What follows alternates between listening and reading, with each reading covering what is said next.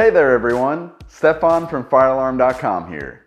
This week, I wanted to cover something that rarely gets discussed: the differences and types of smoke detectors, gas detectors, and heat detectors. I'm also going to dive into the different technologies and applications of each detector. You ready? Let's do it. First up, let's talk about the ionization or ion type of detector.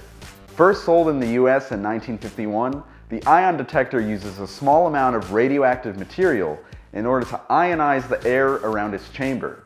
With the air in its chamber being ionized, once there's an introduction of non-visible gases during the incipient stages of a fire, the detector activates. What made this detector incredible was that it could detect fires in the very beginning stages, as its high sensitivity helped it detect the invisible gases and particles produced at the very start of a fire. However, in a very immediate smoky fire, this detector would not perform at all. An ingenious invention several years ago has now become obsolete due to advancing technologies and the fact that ion detectors were simply too sensitive, and thus unreliable. The radioactive element of this detector also posed a potential environmental hazard, albeit a very small one. Next up, coming about in the mid to late 70s, is the photoelectric or photo type of detector. This detector has now usurped the ion detector due to its advanced technology, reliability, and low rate of false alarms. There are a few different variations of a photodetector, but in general, the detector utilizes light from a light source inside its chamber, which is reflected and observed by its sensors. When a smoke or fire condition is present and enters its chamber, this light is obscured and thus sets the detector into alarm. Although more reliable and currently the standard, it is imperative that proper maintenance is done to these detectors, as a buildup of dirt, dust, insect debris, and other contaminants begins to make this detector futile. It is also important to note that photodetectors do not detect the invisible particles at the start of a fire as an ion detector can. Photodetectors usually only react a little bit later as the fire outputs smoke later on. So the technology is not perfect yet. Other examples of a phototype detector are a beam detector that uses the same principles as a regular photodetector, just with slightly different technologies. Continuing, I wanted to mention carbon monoxide and carbon dioxide gas detectors. These are just as important as regular smoke detectors, as you would usually want a combination of gas detectors and smoke detectors in order to ensure that your building or facility is up to code and properly protected.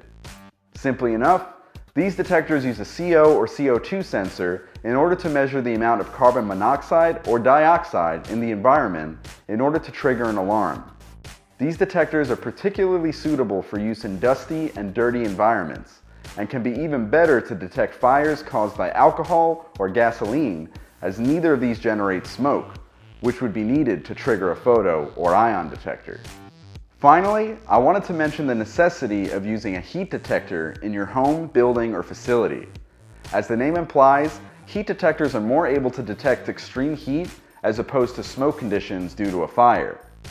Using a combination of thermocouples and electro-pneumatic technologies, heat detectors are utilized in places where there is likelihood for intense heat and high flames, such as storage rooms, boiler rooms, and very high ceiling areas, as smoke would not reach that high quick enough at the start of a fire emergency. The two types of heat detectors are fixed temperature and rate of rise detectors.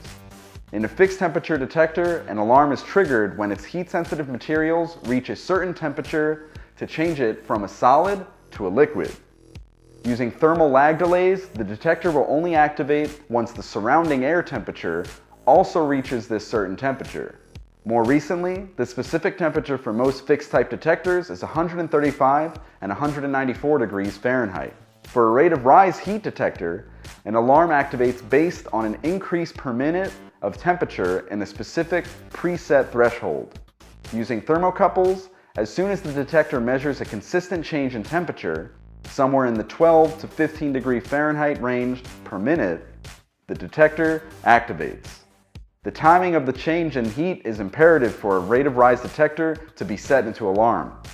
It is extremely important to understand that a combination of all of the aforementioned detectors is needed in order to fully equip and make safe a building, home, or facility.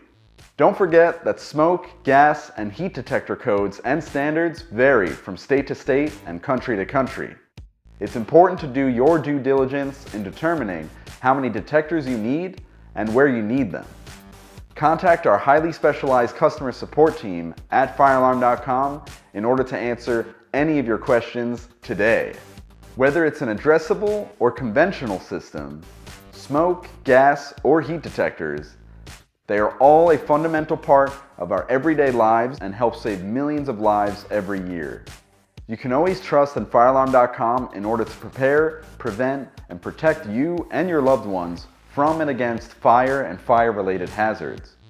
Make sure you browse our extensive selection of hundreds of detectors, old and new, in order to find the devices suitable for you and your building or facility. I hope you enjoyed this video and found it informative. Thanks for watching. Until next time. If you enjoyed this video, be sure to hit like below and subscribe to our channel for the latest on all things fire alarm, as well as future firealarm.com updates. Also, don't forget to follow us on social media for more information on our products, fire safety facts, and so much more.